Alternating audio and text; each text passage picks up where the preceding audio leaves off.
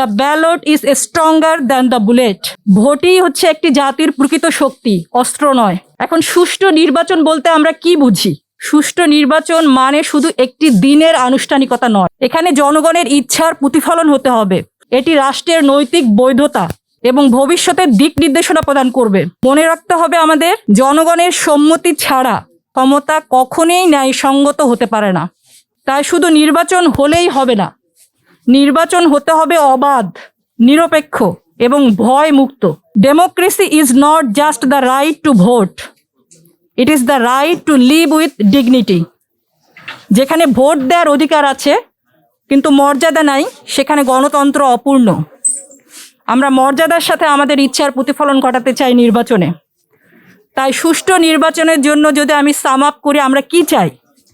আইনের শাসন চাই, স্বাধীন ও নিরপেক্ষ নির্বাচনী প্রতিষ্ঠান চাই, ভয়মুক্ত পরিবেশ চাই, সমান সুযোগ থাকতে হবে সব দলের, স্বচ্ছতা এবং জবাবদিহিতা নিশ্চিত করতে হবে। এগুলো কোনো পক্ষের দাবি নয়, এগুলো হচ্ছে আমাদের জাতির অধিকার। প্রতিটি ভোট কেন্দ্রে সিসিটিভি ক্যামেরা থাকতে হবে, যাতে জনগণ দেখতে পারে তাদের ভোট ঠিকমতো গণনা হচ্ছে এবং এখানে কোনো জালিয়াতি হচ্ছে না। যেমনটি আমরা করেছিলাম ডাকসু নির্বাচনে, আপনারা দেখেছেন সিসিটিভি ক্যামেরার মাধ্যমে প্রত্যেকটা স্টুডেন্ট দেখেছে বাইরে থেকে। এটা আমরা নিশ্চিত করতে চাই আমাদের জাতীয় নির্বাচনেও। আমরা যদি সৎ না হই, আমাদের রাজনীতিবিদরা যদি সৎ না হন, অন্তত সিসিটিভি ক্যামেরার ভয়ে যেন তারা সৎ থাকে।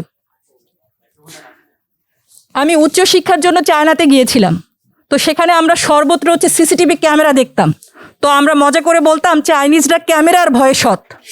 তো আমরা চাই আমাদের মধ্যে যদি ক্ষমতার লোভ থেকেও থাকে, অন্তত যেন আমরা ক্যামেরার ভয়েও সৎ থাকার চেষ্টা করি। যে বিষয়টা আমি কথা বলতে চাচ্ছি সেটা হচ্ছে যোগ্য নেতৃত্ব। যোগ্য নেতৃত্ব প্রসঙ্গে আমাদের আরও সচেতন হতে হবে। এখন নেতৃত্ব মানে প্রভাব নয়, ক্ষমতা নয়। Leadership is about responsibility.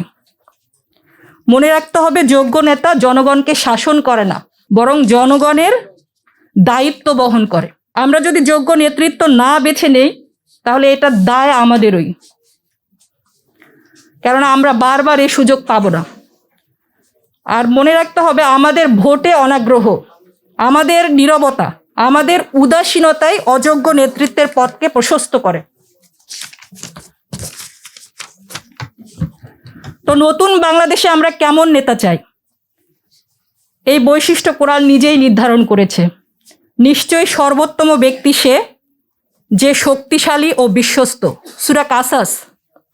এখানে শক্তি মানে হচ্ছে দক্ষতা, জ্ঞান, সিদ্ধান্ত নেয়ার সক্ষমতা।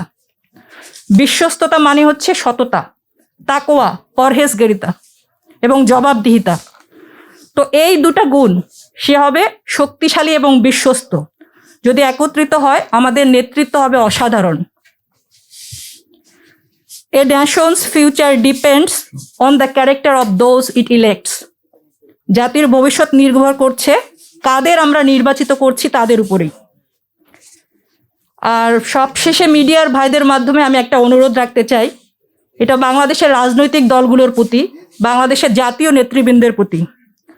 চলুন দল মতের ঊর্ধ্বে উঠে দেশকে ভালোবাসি, সবার আগে বাংলাদেশকে রাখি, বাংলাদেশের স্বাধীনতা সার্বভৌমত্বে এক থাকি।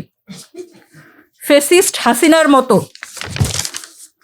জঙ্গি কার্ড, ৭১ কার্ড খেলে দেশকে বিভাজিত না করি, বহির্বিশ্বে বাংলাদেশের ভাবমূর্তি নষ্ট না করি,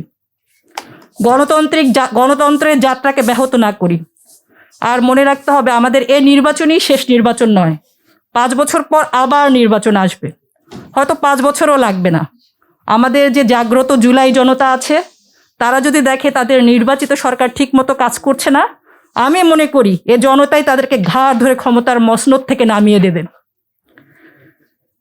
তাই চলুন সবাই একসাথে হাতে হাত রেখে শহীদ শরীফ ওসমান হাদির স্বপ্নের মতো সুন্দর নতুন বাংলাদেশ করি। এটাই হোক আমাদের আজকের প্রোগ্রামের প্রত্যাশা এবং আমাদের ভবিষ্যতের স্বপ্নের বাস্তবায়ন। বাংলাদেশ জিন্দাবাদ। ধন্যবাদ। অসংখ্য